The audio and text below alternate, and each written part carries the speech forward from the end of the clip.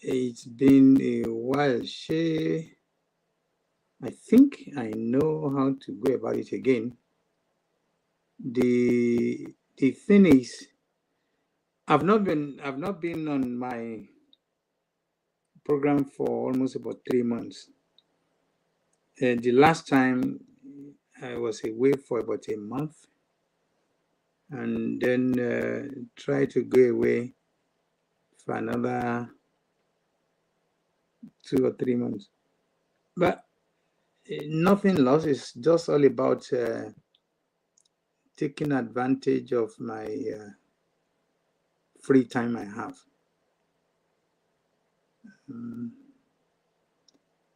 Well, having said that, I am back again,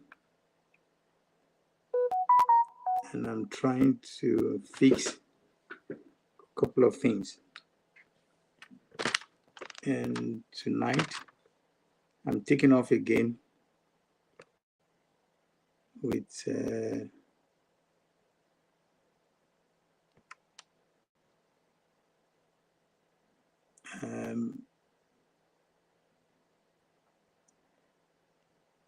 one of my favorites. My favorites, like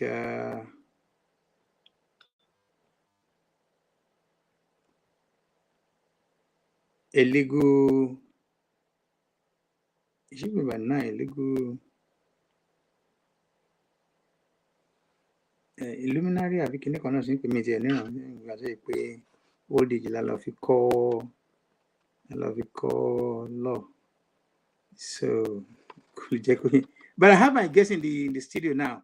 Let me bring him on board so he can join me, and I will be sending Alàgbà Pelumi, you are welcome. Can you hear me?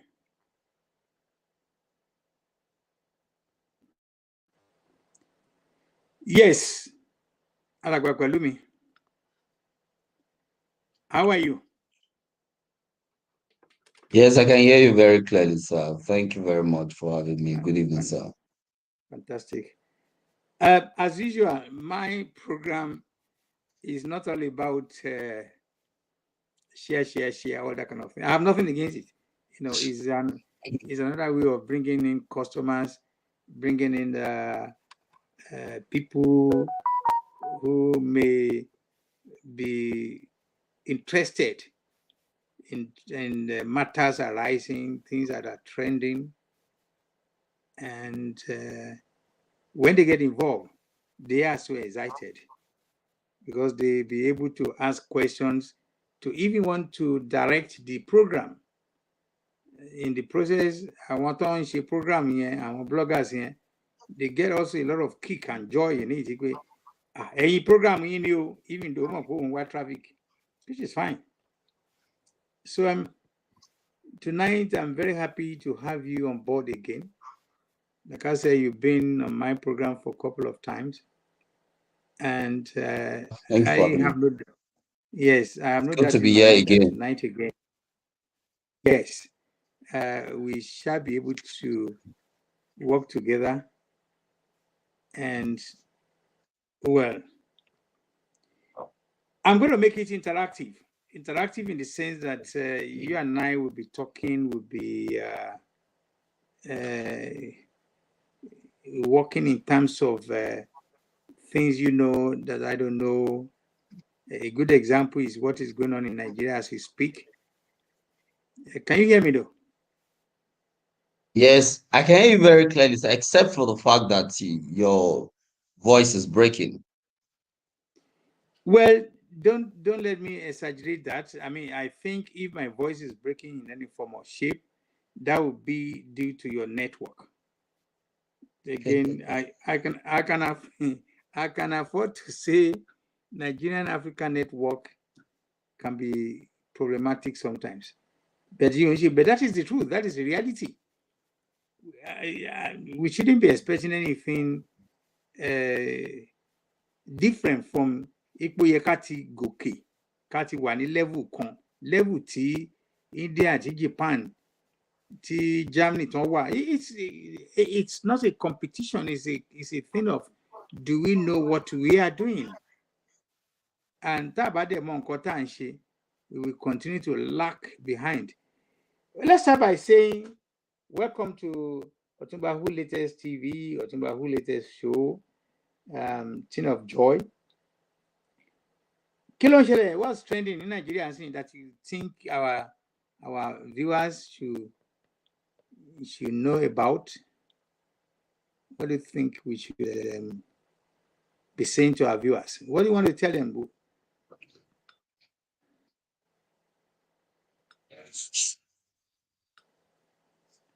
Lawyer Pelumi, are you there? Yeah, I'm here. Yeah, I'm saying what is trending in Nigeria. What do you think people should? I want to go, because, like I said, this is a classic. This just is not. Is an informative, All right. interactive. Yeah. Thank you very much, sir. Well, hey, in Nigeria today, I think the most important thing is that the people of Nigeria are preparing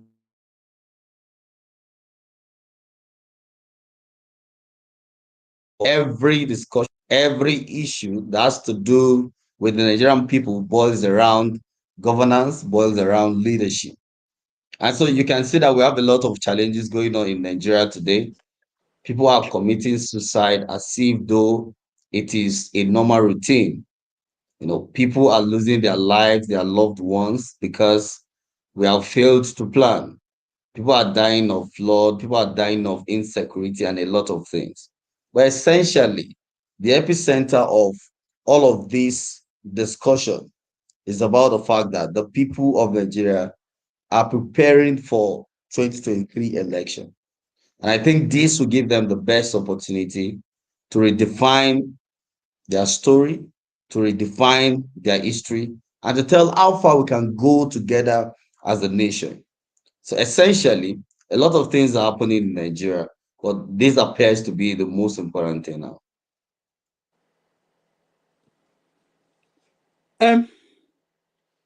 When you said 2023 election, the immediate question for somebody like me is to ask, what is in it for an average Nigerian 2023? Judging from the fact that the whole place is in disarray, has always been bad governance since 1960. An average Nigerian has nothing to show for being a Nigerian. An average Nigerian is ready to cross the Atlantic. Even he knows that the probable options is death, that he can get drowned, but he just say anything but Nigeria. So when you have a situation like that, Lawyer Pelumi, that an average person is hopeless. I'm not talking of the few handful Nigerians that have minimum or have maximum to meet their needs. That all what they want is like they want to take more, but they don't care. But àwọn ọmọ tó ń ta búrẹ́dì lẹ́gbẹ̀ẹ́ títì, ìyá alágbàfọ̀, ìyá ní àgbàro, ìyá láàrú, àwọn bàbá tó ń ṣàgbẹ̀ tó ń lè lọ sóko mọ́ because fear of pé wọ́n fẹ́ pa wọ́n. And even the politicians that his ultimate, all what he wants is go and get part of the cake. You tell me which politician, I'm challenging you, politician, Lagos Central, Agege local government central, kìíní kan ní Ìlaro constituency tàbí Ìbàdàn, tó jẹ́ pé politician, be it House of Rep or House of Senate, that he has done something. Done something will mean to me, because I want you to get it clear, that in an average, I can imagine average constituency varies in terms of constituents. Let's take example of 240,000 constituents, and politician A or party A secured or won that particular thing. Has it happened? That particular representative ó ṣe nǹkan kan fún àwọn 242 yẹn, even 242,000 táwọn wí yẹn may not necessarily be all of them no matter what gainfully employed, but àwọn tó wà gainfully employed, àwọn tó wà gainfully employed yẹn, is any action, is any palliative arrangement, is anything in place to support them, like things have been done in civilized country? She'll get question. There's a question about the fact that Nigeria today, as I speak to you, is a failed country. There's no question about the fact that Nigeria today, politics, governance, and everything is a total shutdown. So we are actually literally deceiving ourselves in this country, because the truth is that we do not have the quality of mind to actually give the requisite leadership that Nigeria deserves to take us out from the penumbra of darkness that we have today. And that is the reality. And that is why we discovered that Nigeria will consistently continue to recycle these same qualities of leaders, because we do not have the required system and structure to recruit proper leadership into position of authority. Now, for me, I think, elections every 12 to every 4 years in Nigeria is I mean, it's just the normal sacrifice we need to carry out within a democratic system, to believe, just to give the people a sense of belonging that, election is being done. But the truth is, how much can we say that this election has affected the lives of people? How can we explain that this election? So I think essentially that a lot of problems that we have in this country is beyond the issue of politics alone. Essentially, I think it's about structure. I think essentially it's about the value system of the Nigerian people. And so, because if you look at the leadership recruitment system in Nigeria is so bad that it is not possible for you to recruit a person into position of authority and the person would do something meaningful and proper. So that's the greatest challenge today. And that is why people who are interested in the 2023 election must yearn and work very strongly to ensure that positive leadership is put in place. Though I cannot guarantee this, given the fact that the quality of people still parading themselves interested in political engagement in 2023 are the same kind of people who have been in the system all this while. Thank you, Lawyer Pelumi. Well, I listened and I heard you very well. Having said what you said, is it safe for me, like a lawyer will say, is it safe for me to say that somebody now ask you to go and vote in 2023? Isn't it right to say the vote for what? Is it to vote for the continuation of all these Iranu, Itonje, the same old story? Am I making sense? Yeah, but the line is breaking. Actually, I am struggling to hear you, and that's the problem. Okay. Again, I will adjust that in a second and come back to you. Yes, so I can take the question. I think it's fairly clearer. Is it better now? Yeah, fairly better. Yeah. Okay. All I'm saying, as we speak, if somebody asks you and I to go and vote 2023, put into consideration all what you just said, what you said about Nigeria, all what has been happening in Nigeria, will you want to go and vote again? Kind of network. Why are these people calling me, for God's sake? Can you hear me though?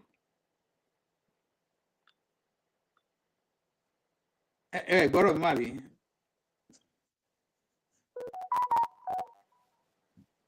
Yeah, I lost the network there, but I think I am back now, sir. Okay, I well, can hear let you me very clearly now. okay.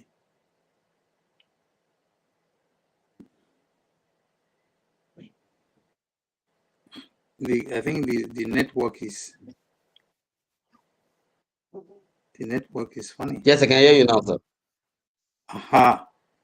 So all I'm trying to say, Niwikwe, if somebody come to you and say, Mr. Pelumi, you are going to go and vote. Yeah, you are going to go and vote. Will you be very happy to go and vote again? Yeah, well, for me, it would be unfair to categorize myself as one of the unlucky or one of the disadvantaged Nigerian people. And the reason is not far-fetched. I've been working for quite some years, and I've gained some level of decency, a level of livelihood for myself. And so I can fairly say that I'm averagely comfortable. Now, so for me, if I'm involved in the electoral process by voting, it is simply because I feel I have a quota to contribute in terms of the quality of leaders we have, or possibly my political alignment, as the case may be. But if I'm going to speak like an ordinary Nigerian who struggle to survive and who is really afflicted with poverty, who is disadvantaged as a result of poverty of leadership and ideas, someone who has no opportunity, I do not think I'll be happy to say I'm going to the polls to vote in 2023. And the reason is not far-fetched. Nigerians every day or every 4 years are in the polls to vote, and yet they don't get anything. But you see, another thing again we need to look at is that there's this for in Nigeria, government, or let me say the political class, have successfully impoverished the mind of the people, and they've weaponized poverty so much that every election period is an opportunity for the people to gain certain intensive from incentives from politicians. And because of these incentives that cannot necessarily change their life or better their life, they are willing to go to the polls to vote. So these are some of the things we need to consider if you're going to look at it within the principle of reality in Nigeria today. But then, if we are talking about having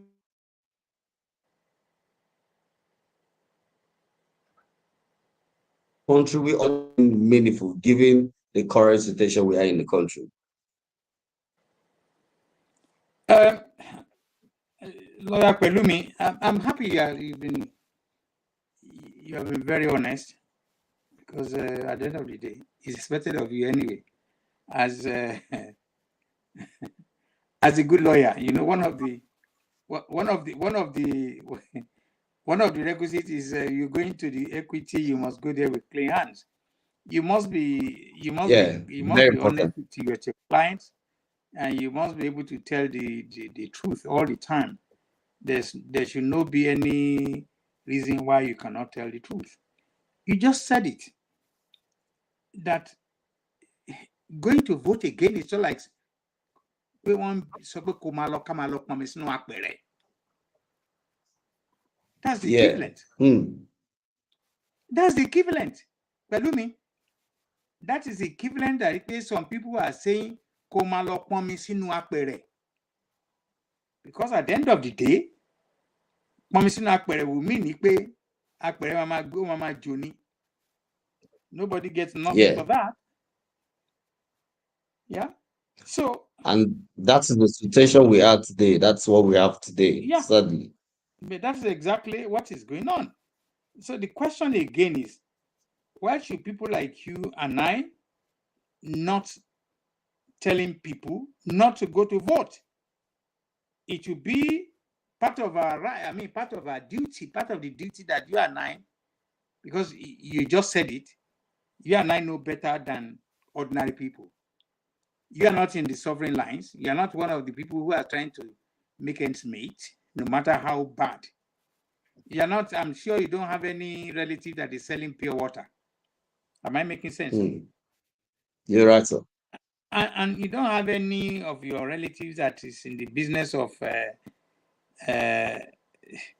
mechanic, organizer, tailor, repairer, shoemaker, that ordinarily they people like with that kind of skill are well-to-do people in Europe because they don't have problem in terms of making money because of their profession. But it's not the same thing in Nigeria. Am I making sense?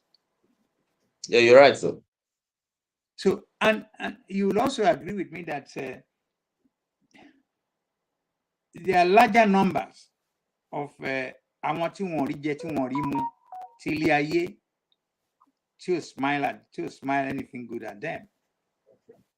Then let's now carry the argument to àwọn èèyàn wa kan tí wọ́n wá jókòó every 4 years tí wọ́n bí ẹ pé ẹ vote fún àwọn for them to continue ilé ayé tiwọn àti fúnra wọn cronies wọn àtàwọn ìyàwó àti ọmọ tiwọn. Do you think that's the right thing to do? Well, sir, for me, I will never discourage anyone from voting in an election, because as a lawyer, I understand very well that election is one of the few democratic practices that the people must be involved. Essentially, I do not also think that not voting in election or voting in election is the issue, because it might not necessarily address our problem. So I think the challenge is, what are the quality of people we are putting in position of authority? What are the yardstick for voting people? And what are the factors we put into consideration in electing our leaders? And what is the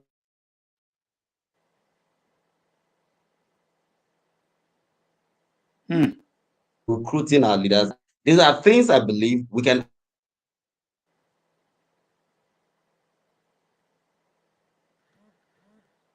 address, achieve very possible. Sadly, the network is really messing me up here, and I just feel I'm out and in of this program.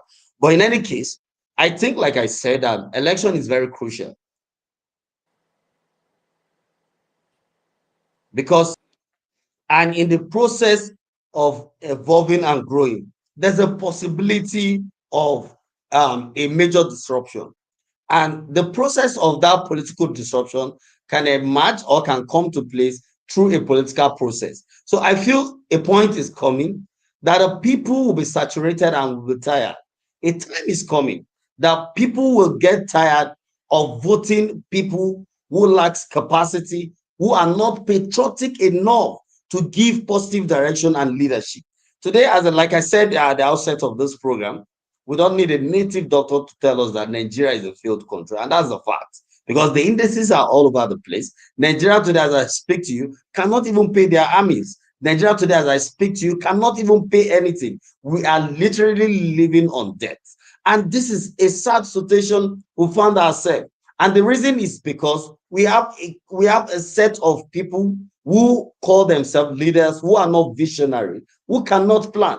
You can imagine, sir, the sudden experience of the Nigerian people arising from the current situation of flood all over the country. People are dying every day. The minister said today about 6,000 people, about 6,000 or 2,000 there, about people are dead, have died from as a result of flood, while a number of thousands of people also displaced. These are painful issues, serious issues that any serious nation need to ensure that it is addressed. So for me, I will encourage Nigerians to, because this is one option we have right now, and it will be unfair to anybody to discourage people not to vote, but we'll rather encourage the Nigerian people to vote for a candidate. Because for me, like when we talk about democracy essentially is a game of number. And so in politics, if you are to vote for a candidate and a larger percent of the Nigerian people vote for a candidate of their choice, and so if that candidate should unleash poverty, should unleash misgovernance, should unleash the backwardness on the country, then the people will understand that the time has come for us to forget about the business of election and call for a major social and political disruption. And that time will come. The process, the system is building up. People are gradually losing hope in the political system. And there are, of course, we must also acknowledge the fact that there are gradual reforms that are taking place. Because in the past, in 2007, 2003, people go to polls, they vote, and their votes don't count at all. In the past times, people go to election, and the painful thing is that INEC just go out there and declare whatever they like. But if you see from the last election in Osun and Ekiti, the introduction of technology into the electoral process has begun to reduce the level of corruption, the level of fraud, the level of impunity in the electoral system. And in democracy, as a lawyer, if we must stand for justice, those who want to vote and those who don't want to vote are all members of the society whose voices must be heard, whose rights must be protected, and that must be allowed to express themselves within the political structure. So for me, I will not discourage anyone from voting, but I will only say that Nigeria has a long way to go, and we must continue to engage the system so that we can refine it to get a better one. But you see, sir, the truth is this country is not a country that will survive the way it is. And this is the bitter truth. And that is why anyone who is coming to campaign on the basis of restructuring this country or ensuring that, yes, on the basis of restructuring this country politically, that person might actually have a lot of Nigerians' ears to listen to, because we have a country that is politically structured to be unfair, to be unequal, and to cheat to cheat and to put a lot of people at disadvantage. A lot of people in this country want to take their destiny in their hands, but sadly, because of the political structure and the system, they can't do that. And that is why we need to go back to the drawing table and restructure this country. It's not essentially about election. I mean, a decent country right now should be thinking about referendum. We should be thinking about having nations within nations to ensure that we have a country we can be proud of. But because we are not going to do this thing in an illegal way, and that is why we must constantly encourage the political and the democratic process to continue. I heard you very well. So very, very well. Well said, well put together. But I still want to take you back on it that there's element of how we want to package this argument, your argument. I understand. Yeah, it's okay at the end of the day, because the only democratic way of contributing by the citizen of any country is the right to vote. They vote in, they vote out. We just seen that's happening in the UK, where within the last 3 months we had about how many prime ministers? I had about 3 now, and well, we don't know how many more we are going to have till 2024. But And so, but sir, you know what is going on in the UK boils down to national value system, boils down to character, boils down to integrity. These are very, very salient issues. These are thematic lines that any nation must execute to succeed. Now, the truth is, you are in an environment where you make a particular promise to the people that you will do X, Y, Z. You have a duty to ensure that you are bounded by your words. And so when you cannot deliver on your promise, I mean, you kick yourself out of the system. I mean, you are in a system where people take integrity as something that is fundamental, and you make mistake. But in our country here today, you hear that major people occupying sensitive positions are being accused of fraud, are being accused of misappropriation, are being accused of indiscipline, and nothing happens to them. I give you a very good example. The CBN governor, I mean, the central bank governor in Nigeria was involved in the political process against the ethics and the requirement of his office to contest for the office of the president of Nigeria. And there was story that he even picked the APC form. But today, as I speak to you, the CBN governor is still there as the governor of CBN, and is helping us to sink this country properly into the depth of socio-political regression, economic regression, and anything negative you can think about. And so that is the quality, that is the kind of country we are. That is the orientation in all of our political offices. And these are some of the things we continue to battle with. But if you talk about the United Kingdom, you're talking about an environment where value system is different. There's a very huge sense of patriotism in those who are trusted with position of authority, and they have a duty of care to deliver on behalf of the people. Now, then the question begs for an answer of then what do we do? Do we continue to fob, continue to cheat the people in terms of telling them to vote? And you and I know very well, like you said, that the next 4 years, 20 Tinobus, if he becomes the president, 100 of articles, 300 of Peter Obi, they would probably not be able to fix anything. And I'm happy you make a fantastic, important points in the area of how governance is being done in many other countries. But you know, and I know that EBT Obani structure is a key issue here. I said to people, friends will call me, I don't about prime minister, it could come our ordinary people. What about the prime minister? I mean, on Thursday, not on me, fine. That's in the end of December. One of money, another prime minister, New Year 2023. All is good. Yes, they were going to bring and add some values to the existing system and structure, but not that they are going to completely collapse it, like what is going on in Nigeria. Again, I want to ask you before I go to some other area, do you think, morally, do you think it's right that it is just like because so much you flood the sìn Yorùbá ní omi tó bá ti tẹjú èèyàn kún kò lè wọ́ọ̀yàn lọ, but if we want to continue láti máa ní káwọn èèyàn máa lọ vote, we are talking of the last 62 years not in vote, kí náà gbà ń díẹ̀. Why will you and I continue to encourage? And this is for me, I'm breaking it down to a point for ordinary person to understand. If a can vote is not an option, don't you think it's high time to sit down and find the main cause and causes of our problem?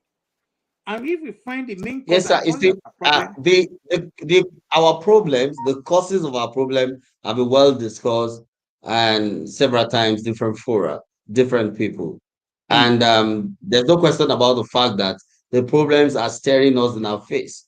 But essentially, when we talk about the electoral process, the people are key currency in this project. And there's nothing we can do about it. They need to participate.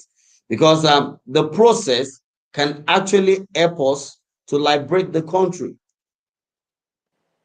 The process can actually help us to liberate the country. And so that is why, because it is more dangerous for us to discourage people from voting than it's more dangerous for us to discourage people from voting than allowing them to vote.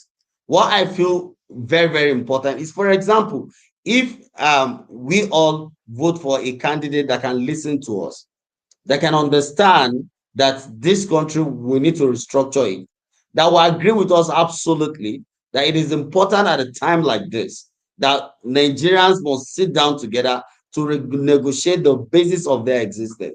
I mean, it's a good development for us, because even in every political system, even in nations that are fighting for independence within nations, political engagement, political lobby, and political activities are crucial. And so for us not to participate in election is like giving more powers to our enemies to continue to suppress us. But if we are able to take some positions from them, then we can actually bargain from the point of strength.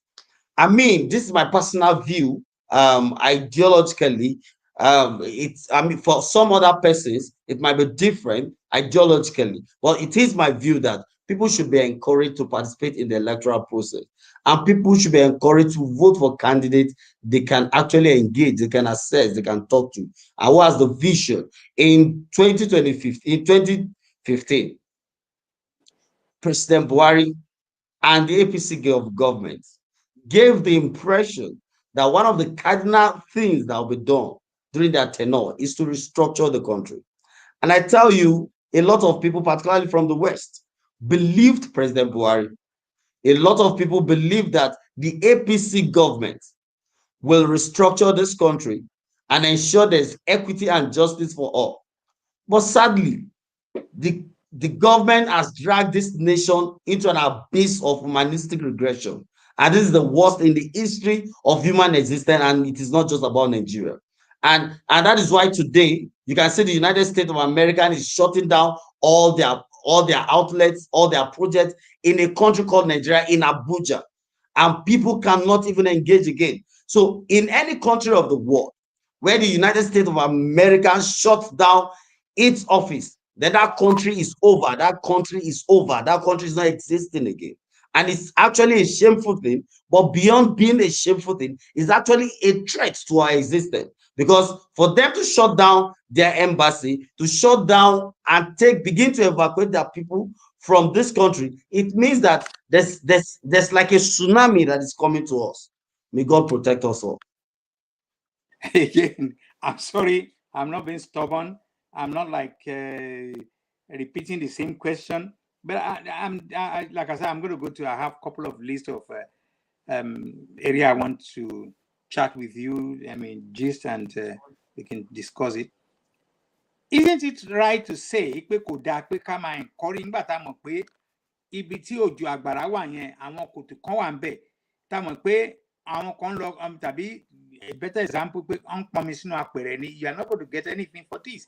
Isn't it right for you and I láti máa sọ fún yẹn ẹ má lọ dìbò tẹ́ bá lọ dìbò sìn ẹ̀ ń pọnmi sínú apẹ̀rẹ̀ ni because ẹgbẹ̀rin Tinubu ò lè fix the problem Nigeria Àtíkù ò lè ṣe Obi can't put one together and they fix it on tí wọ́n bá ṣe àwọn one or two things. What do you think is the main cause of our problem? You're a lawyer. I'm sure there's no country that you know in this world that doesn't have at least what we call a constitutional arrangement and so on. Don't you think the main cause of our problem, is essentially a foundational issue? Because in the first place, we have a country that should not be in the first place. That the process through which this country emerged in the first place wasn't a deliberate understanding and agreement of the Nigerian people. And this will continue to haunt this country until it is addressed. You talk about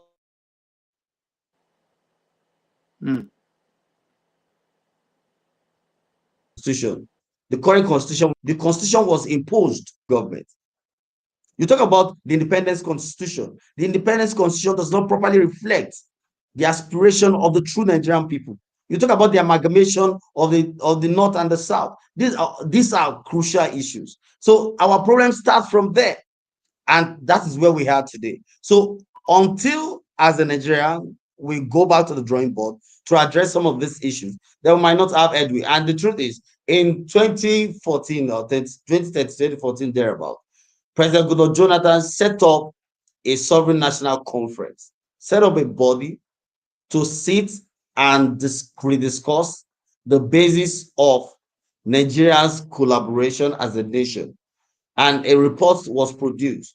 But the emergence of Buhari threw that report into the dustbin of history, and it's nowhere to be found today. So these are some of the crucial issues. We expect that and hope that if God tarries, that any coming government, any government in place tomorrow can actually address the issue of restructuring this country so that people can actually be able to pursue their aspiration, pursue their goals at the regional level. Okay, I think I might be, if I have the time, I will come back to this particular issue because it hurts me that I know that in Banike Gbomi, I told my family not to go and vote because vote for what? They're not going to get anything for it. But like I said, let's move on. Luckily, in the process of starting this program, you mentioned a couple of areas that I also want to talk about. Flooding. What can you tell my viewers? what are causes of flooding? Is it the natural òjòrò àbí dáàmù kan tán gbowó ẹ̀ tán ṣe tàbí àwọn jìbìtì Yes, corruption? well, there's flooding all over the place in Nigeria. Well, I'm a legal practitioner and I'm not a scientist. I may not be able to say much, but I also do not need anyone to tell me that what we have today is as a result of failure of governance, leadership, and planning. And these are the same thematic. These are the same issues we've been talking about for some time. Failure of governance, because in a country where we're serious, ordinarily we should have planned ourselves in a manner that when we have this kind of situation, we have dams that can actually accommodate all of this water and everything will be fine. But the government we have only react, don't plan. The government we have react to issues, we don't plan. And that is why we have this kind of situation. Recently, one of the prominent presidential aspirants was in Kaduna State and he was being interviewed about climate change. And he likened the concept of climate change to the issue of church rat and all of that. Sadly so. Well, I have not been able to interrogate that concept. But of course, we know that the issue of the great flooding we have in Nigeria today is also as a result of the issue of climate change. And so, and this this is something very important that any serious government must engage. And this is something very important any serious government must prepare for. So I feel the issue of flooding in Nigeria is, I mean, people can even say flooding is a natural thing. What do we say about people committing suicide on daily basis? It's actually it's an eyesore, it's a painful thing to experience what we see today in Nigeria. Thank you, Lawyer Pelumi. Again, I'm not going to dwell too much on it because there are a couple of things you just said also that shows it most and I'm sorry, those who want to get angry should go ahead and get angry. If you have a lawmaker, an average lawmaker in civilized country, is somebody who knows what he's doing in terms of politics, economics, social, cultural, and many other things. So he must have had minimum basic education. It's only Nigeria ní unlimited pé president kò gbọ́dọ̀ ní ju standard 4 àbí kí ni tó ń fi sínú kíní fún yín. So yeah, so and that is also part of the problem we are trying to discuss tonight, because you cannot expect somebody who's not trained in act of mechanic or car repairing or organizer to be doing the job of tailoring or whatever. It's gotten to a point that we should have by now ask an average Niger who wants to go into politics to must have gone to do a course in political whatever science, not the one I did in university. I'm talking of the one, a minimum basic pre-qualification I must have been taught. Iṣẹ́ tó fẹ́ lọ ṣe iṣẹ́ politics, certificate course lọ ṣe ní law corridor da. Because in law corridor you have a mini arrangement to train people, and then you must have put the minimum requirements in the head of wannabe politician. Am I making sense? Yeah, you're right. But we don't do that. All what we want is just to make money out of whatever. Anyway. So in that regard, I would love to say that in Nigeria today, we must begin to differentiate between the office of a politician and office of a legislator.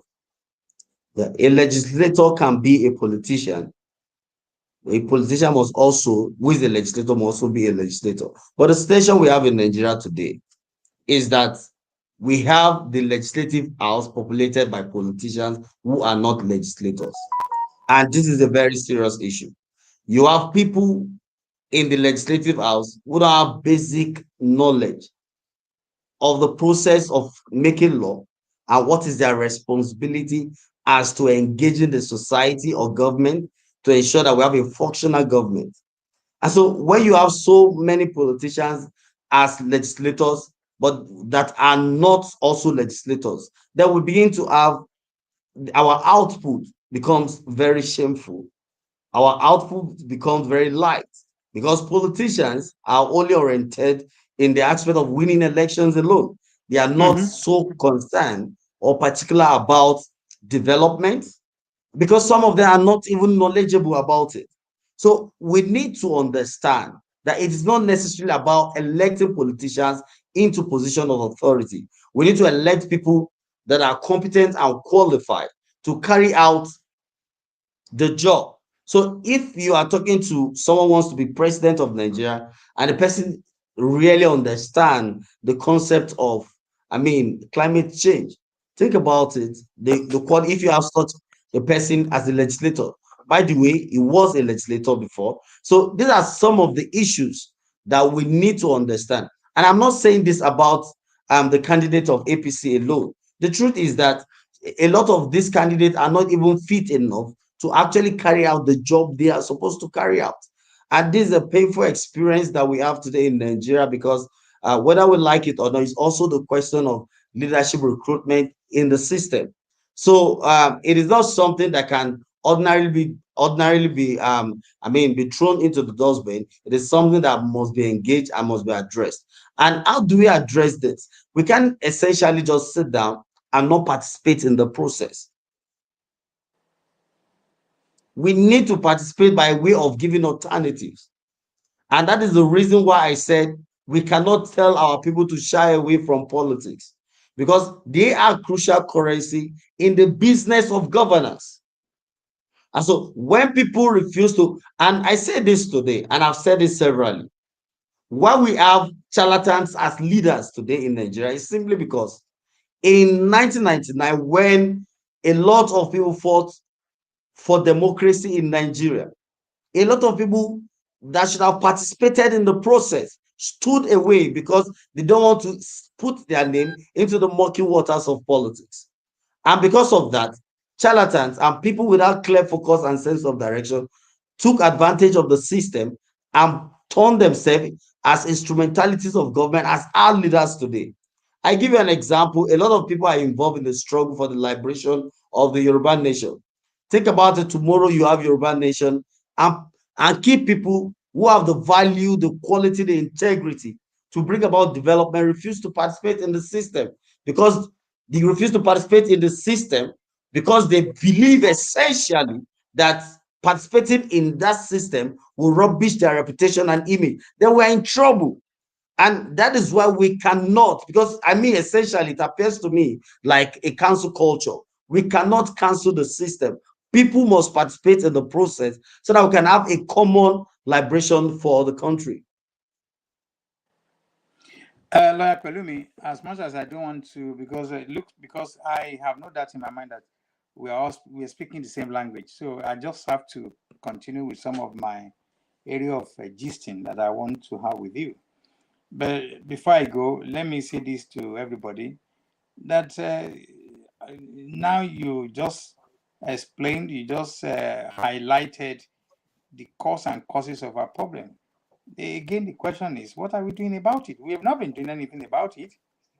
We've not been doing anything about it because if we have been doing something about it the last 60 years, we should have made some progress. We should have been able to record some progress because it has been business as usual.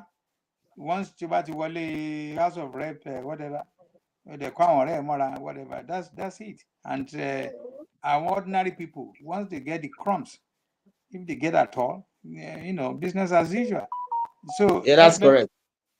yeah, and that is very sad. But the only area I think you and I should be very wary is that do we have enough time to help develop the people? Because the most of the people that are supposed to develop other people so not only the media, the elites, they don't care about you. They don't care about the ordinary people. The other professionals at a very high level, at very high scale, they don't also care about you. But this is common among the black people. The 57 or 58 countries in Africa are guilty of this kind of neglect.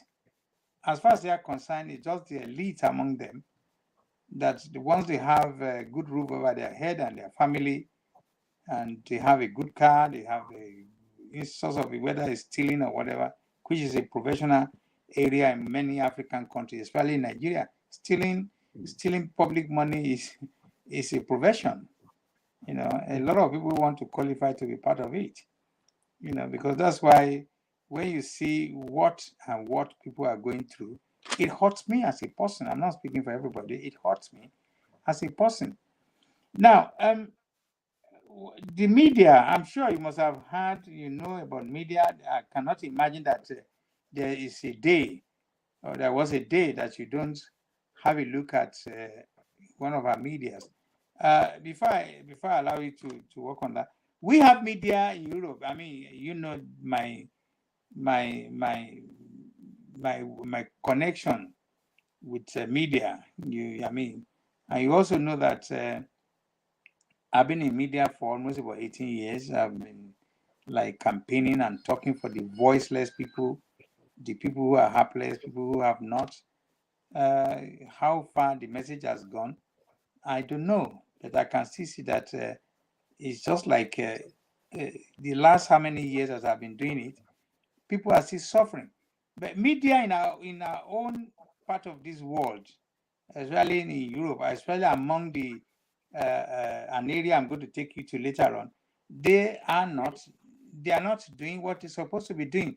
Iṣẹ́ tó ń ṣe ojú pé iṣẹ́ àbòsí, because their main concern is láti fa èrò, gbádùn share, like, love, whatever it is. And then come out to Fufu, Alabosi, you are Yoruba man. So yes, come on. Yeah, but sir, the problem of the media in Nigeria and of course all over the world is the fact that the media has not lived to its expectation. And of course, and it's now bad because the media is now about everybody who have access to the media. But one thing we must also recognize is the fact that the media has been decentralized and it has been, let me say, democratized. Because in the past, it is a set of people who are trained in the business of media engagement that get themselves involved in the management and in management and in the business or in the activity of media. But today, because of decentralization powered by technology, powered by social media, myself being a lawyer, I can become a media person tomorrow. Anybody who can just power his phone can become media person tomorrow. And so Yes. the purpose and the objective of the media in social the social, in social restructuring and social repowering of the society has been misplaced. But then also, and that is why you see you have the mainstream media, you have the new generation media, and you have the bloggers and all of that. But one thing is very crucial that we need to recognize. It is not everybody that have access to social media or any form of media that is a journalist or a media practitioner or a media person. And so when we continue to look at people from that perspective, then we'll be scaling them with a very huge, with a big yardstick, and you'll be expecting so much from them. We must understand a young lady can be on the social media, be dancing, and she's going to get more traffic than what the discussion we're having today. Because Oh yes. that is what some people want to see, and that is what the society is looking out for. So now today, like I said, the media has been decentralized, it has been democratized, so it is not about someone have access to media, it's about everybody now have access to media, and anybody can become a media person. But the danger in it is that the cardinal goals of journalism and media is misplaced, because the essence is for the purpose of information, reformation, You understand? And development of the society. But you discover today the media has caused more havoc to the society because it's no more regulated. You cannot regulate a system you are not in absolute control of. And this is a very serious issue. But so what we need to understand as key people who are core professionals in the media is that while others are on frolic of their own, while others are having fun and having good day and having engagement, getting the result they want, we must not misplace the objective by focusing on the goal. We must consistently ensure, and that is why today I don't want to mention a media platform so that it will appear as if I'm promoting any media platform in Nigeria. When you get news on blogs, when you get news on different platforms in Nigeria today, some people will still go back to some major media outfit to go and verify. And I give you, for example, you take Sahara Reporters and Punch, for example. If you see a publication from a blogger today, someone called, I saw on someone's Facebook yesterday, today, that Nnamdi Kanu has been released and is on his way to Kenya. And I laughed about it. Truly, there was a decision in court that it should be released, but of course, it has not been released. And so people see stories like that and they go back to major media to verify, to know if this is true. So at times, when people are doing this, people who have the core principle of keeping the integrity and protecting, the history of the practice, we still ensure that this is done. And people will always have recourse to them for verification and for confirmation. And that is why when someone is talking to Otunba, they can be very sure that anything is getting from Otunba is authentic. And while someone is talking to someone, they might, oh well, this person is just having fun, is joking. And these are issues that we must also recognize and understand that there are key issues in the society. And so, if, for example, we talk about the legal system in Nigeria, you talk about the political system and all of that, you discover that in every sector is having its own problem, so in the media, we've got the challenge as well, because it is now flooded by people who don't even understand the basic principle of communication. Thank you. You have used one phrase which is not commonly used about countries of the world. Failed state. Can you expand to listeners, what do you mean by failed state? What is, when in particular the case of Nigeria, you said Nigeria is a failed state. Tell our Yes, viewers. the indices are in place. When you have a country that cannot protect itself, that cannot protect its citizens, the country is failed. It's a failed state. When you have a country that cannot actually pursue the fundamental objective of having a country, it's a failed state. And we today, as I said to you, Nigeria is even beyond failure. Failure for Nigeria is an understatement.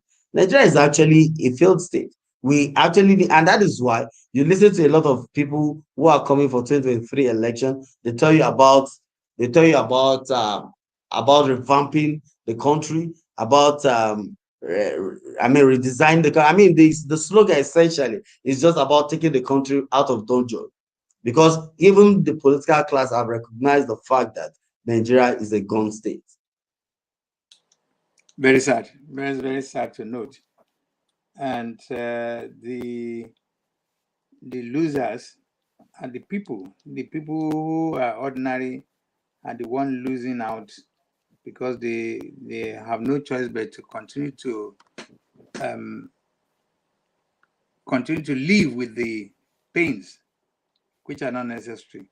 And all this can be traced to corruption, and it's very, very sad also. I'm sure, like I said, I'm not in Lagos. I understand security.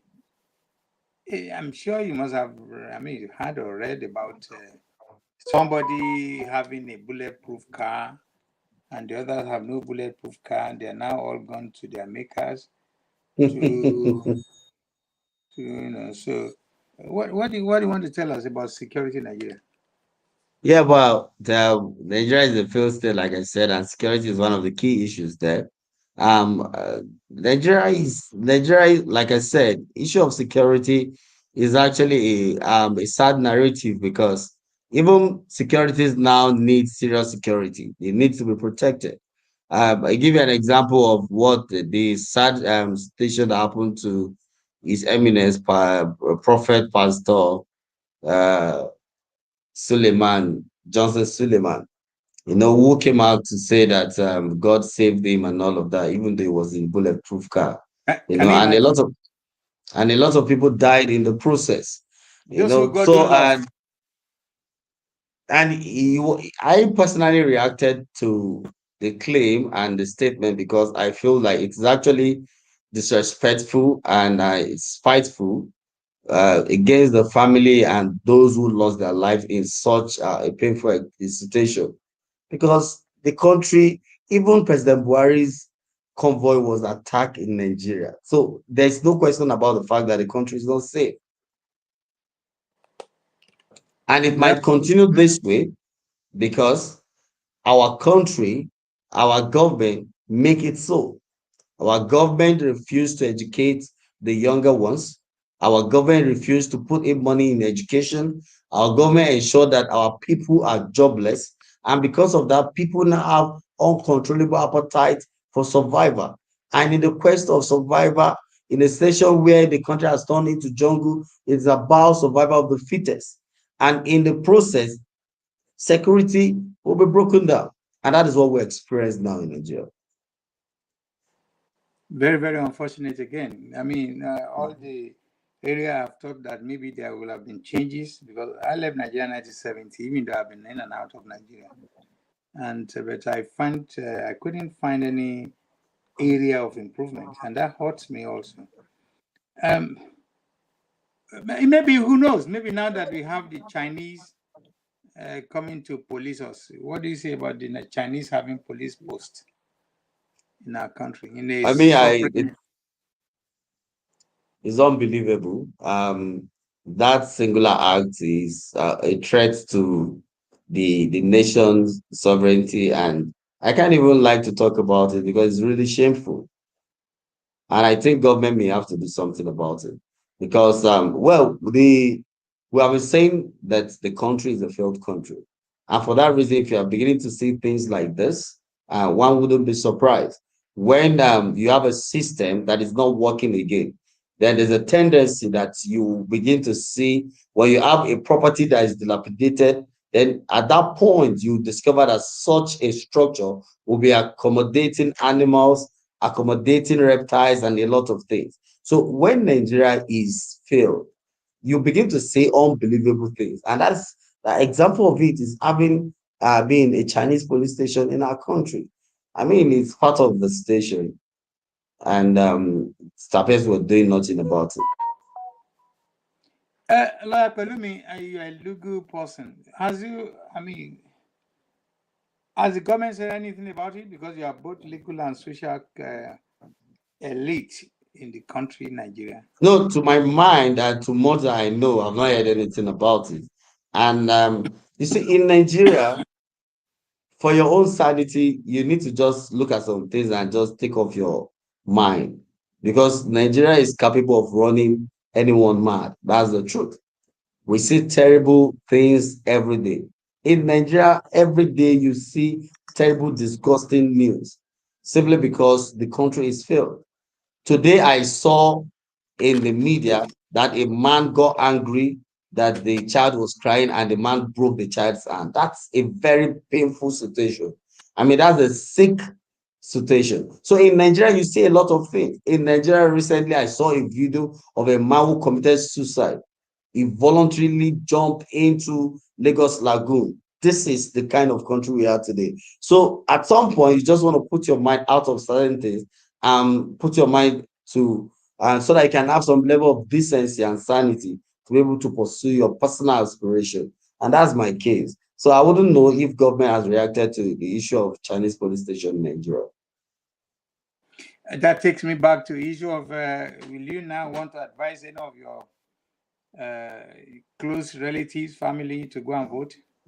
Yeah, I would When you have this like I have family said, catalog of polls, catalog of woes accumulating the last 60 years that it has always been Elodibo, Elodibo. After 4 years. Like I have said earlier, and I understand you want me to also close with this. I think we are working towards having a country that we can be proud of. I have said it time without numbers that this country, the way it is structured, cannot work. That the only way we can have a workable country is if this country is structured. And so this is very important. And so I will encourage people to participate in the democratic system, in the political system, so that our people will not be cheated and our people can believe that they have stake in whatever we have in government, so that we do not over empower charlatans. If we are, for example, if we are fighting a war and the numbers of our enemy to be defeated, they are 1 million. If we reduce them to 500,000, if we reduce them to 500, it's actually a good development. If we have 100 enemies, we reduce them to 50, it's a good development. So if we have people who have taken over the political space, I will begin to reduce them by political process. It's actually a good development for us. And that is why our people must go out and vote. Yeah, but again, I'm not trying to be hard on you. You are still contradicting. You and I at the initial part. I mean, this show. You agree from your disposition. I agree that with you. That's asking anybody to continue to do something that he gets nothing from it. That would be very unfair. That would not be justice. That would not be fairness. Why will you continue to ask people to go when you know very well, Pelumi, that the last 60 something years has not brought any change? No, It's sir. getting Like if you get me very well as a legal practitioner, like you talk about democracy, we talk about justice, we talk about human rights. I feel very strongly that what is fair to everybody, and justice is the same in all in all languages. So the truth is, those who want to vote should vote. Those who don't believe in voting can do whatever they want to do. I will encourage those who want to vote and should not be stopped from voting because it is also their right to be exercised. And those who don't want to vote, I mean, I will encourage people to vote personally because I believe that the process of liberating us is a continuous process and that we must not empower our enemies by continually allowing them control the process. And I've given lots of analysis and explanation about this in this conversation. So that is my opinion. all right. I'm going to go to an area where at least I have a large number of people who are interested in wanting to know what is going on. I belongs to a group of people that say, you know what, since I and others, or others and I, know the cause and causes of our problem, let us fix the problem. Let us remove their problem to be able to lay good foundation. And one of the suggestion is let's break the place into well, I don't want to use pieces. Let us break us into groups, into our region. Let's everybody go back to their region so they'll be able to have a better access on their people, starting from the local government to state government and so on and so forth. So they'll be able to fix the problem because it is the local government. Àwọn náà wọn bí tí kò tó àwọn náà ọmọ tailor ọmọ organizer tí ò lọ sí school. Àwọn náà mọ ẹni tẹ́bi ń pa. Àwọn náà mọ àwọn nǹkan táwọn èèyàn ní ìtì àwọn táwọn nílé táwọn ní Medicare táwọn ní good rules. Àwọn náà mọ gbogbo nǹkan kan bẹ́ẹ̀ wọ̀nyẹn. So let's go back to our different regions. And in particular, I'm one of the Yoruba campaigners that says, look, let's split because there's so many things that irú values àwọn north kò jọ ti east no dẹ̀ jọ ti west so àjọra. So it's unfortunate you also make reference to that. I mean 1914 there's this fraudulently put together arrangement to put three different major tribes, and 100 years on, there are many other things one can talk about. 100 years on, fishing cocoa now, and I see discover it's not working. We now say, listen, ẹ jẹ́ ká pín kóníkàkú wà láyé ẹ̀. Why do you think people, especially the people who are in majority, are insisting they don't want pín? What do you think? What do you think is wrong No, with that? it would be wrong to say that people in the majority are resisting or insisting that Nigerians should not go their separate ways, the South, the East, and the Yoruba nation, the Biafran, and all of that. I think strongly that it is the minority group that have taken over the position, the instrumentality of power, that are insisting that we cannot go our separate ways. I think the larger percent, and you cannot actually say that now until a proper referendum is done. So for me, I strongly believe Nigerians, particularly people from the Yoruba region, people from the East, they are tired of the Nigerian Union and they are looking forward to a time where all these separate bodies can go their own way.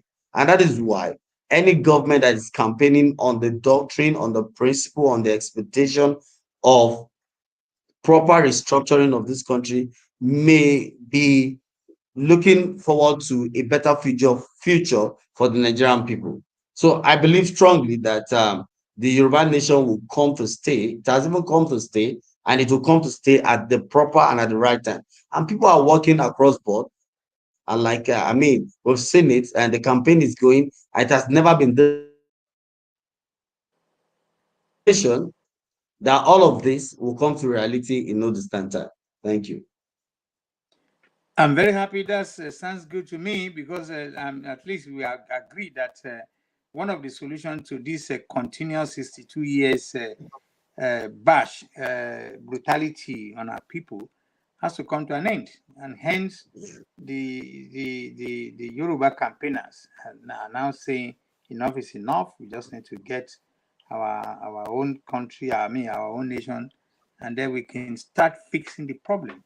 Because that Korea, Japan, a place like Saudi Arabia, a place like Dubai, they are not performing magics. When you're not fix even. If we individually have our country individually, people like you try, you get more jobs to do, you do more honorable things than people making you to do some stupid. You're not doing stupid things. Don't misunderstand me. But the under the stress, under the condition you operate as a lawyer, it's just not going to sound good to other lawyers in other civilized country. In the Yeah, process of your yeah, writing your report, writing your whatever, there's no light, there's no water, there's all these basic things are just not there. There's no security. When you look at all that put together, it makes some people think, Kileshin cope. So I'm very happy to hear that. There's another area I wanted to rub mind with you. I mean, not rub minds. I just want to talk about it. The, I I believe that everything we do, there is what we say process and procedure. I think I've just lost my. Yeah, okay, it's going to be back again. Um, I wanted to take my guest to uh, process and procedure of amending the constitution. How easy or how difficult it is, judging from the uh, 2 years or how many years ago arrangement of wanting to fix the constitution, but Olule, because the other majority part of the country, which is the north, are just not. They just don't care. They just don't like. I think I have my. Uh, well, I will never blame you. Control. Now, Pelumi, there's this thing that I say to people, maybe as a legal trained person, that everything you do, there's a process and procedure. Process and procedure to we have a fraudulently put together Constitution of 1999. You and I know that it's impediment is making life impossible for everybody. The only people that benefit from it are our robbers, our garage trained politicians, they believe yeah. they get cover from that constitution. Now, if I say to you, or maybe let me ask you, you are aware of the arrangement made that was made to amend the constitutions. Even some of the things that were to be in the constitution were not put through in the constitution. Kí ni outcome constitution?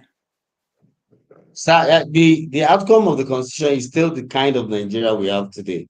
But we must also appreciate the fact that the Nigerian problem is not about the constitution of the country. The problem essentially is about the operators of our constitution.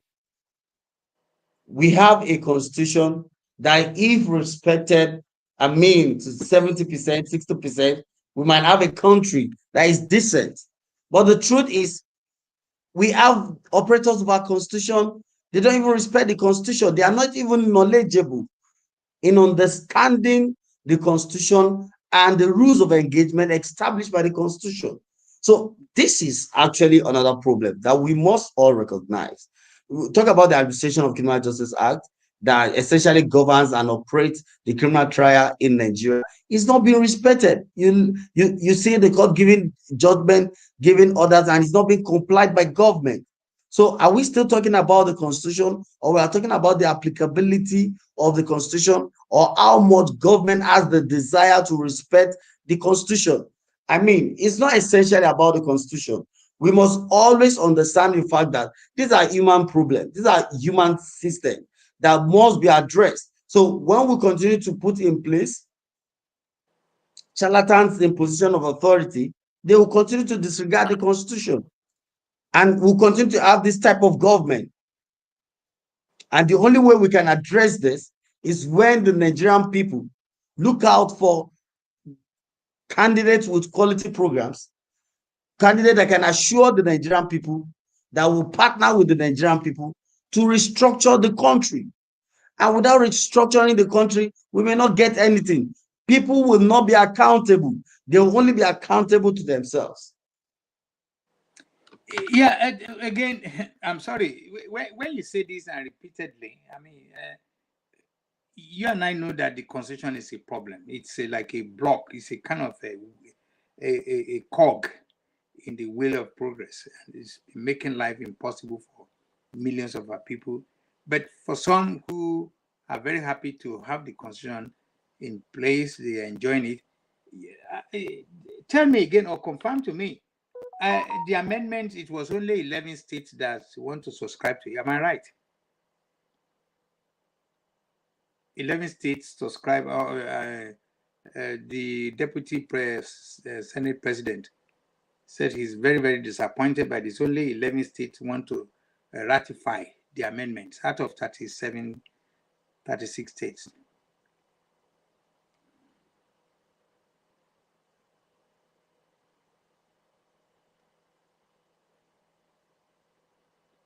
While I'm waiting for, let me add one more.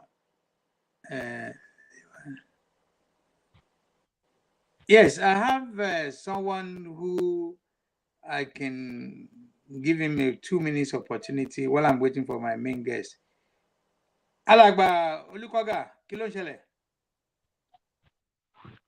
What's your take with all what is happening in Nigeria? Well, I joined this program not quite long ago, so and I don't know what you are really discussing, but I heard you questioning the gentleman, Lawyer Olajengbensi about Olajengbensi. Sorry about that. That's fine. About the Constitution, and he was trying to tell you that it's not that the Constitution that is bad, but the operator of the Constitution, that they don't even understand it. If they do, and I will support him for that, because if they do know that the Constitution, they understand it, they will know that it's not good. It's not good for anybody. They know the majority of people in Nigeria, the Constitution did not favor at all. It's a monopolistic constitution whereby it favors only certain people who are benefiting from it, who are rogues, and who find it difficult to say, let us change it. So it's a pity. There's nothing bad in if there's a constitution, it's not good. It's one-sided. It does not satisfy the conscience of the people, and people are being sidetracked in some way, and whereby it's only the influential people. And in a country, there shouldn't be partiality when it comes to judgment. The law should be for everybody. No segregation, no superiority. Nobody is above the law. It's only in Nigeria that I have seen it. It's only in Nigeria, and it is the laid down constitution that was hurriedly gathered together by some military men, that they pass it down on everybody, now claiming that so people are sent to that constitution without inviting anybody. When was it written? Who are the people that sat down and bring about and formulate the constitution and put down some written words? Who are those people? Who are they? It's the military, we all know, because they hurriedly pack everything together and they know what they were doing. A constitution that allows some section of the country to have a Muslim law. What do they call that? Their law? Sharia law. When we have a law that binds the whole country. So the constitution is in shambles. Really, really in shambles. And people who are executing the law, they are doing it to benefit themselves, because to their advantage. It is to their own advantage. As for me. Thank you very much, Alagbolu Koga. I mean, you've been my guest before. I've arranged to have a one-on-one with you, but then again, I make provision for a couple of people to come in. That's why I send whoever managed to get into the program. I'll give them to. Yes, I saw it very late. Yes, that's not a problem at all. You can still watch the program from beginning anyway on YouTube. Okay, that will so I be want later. to thank you. Okay. Help me share to others to watch the program, and if there's anything, let me. Unfortunately, my guest is having problems. Is having issues with the network. No light, no that kind of things, which has been the that's Nigeria. That's Nigeria for you. So I will have to end the broadcast. Obsolete equipment for obsolete equipment. It's only in Nigeria. Everything that is not possible elsewhere is always possible in Nigeria. Thank you very much. I want to appreciate you. Say hello to everybody. God bless you. Thank you. All right. Bye-bye.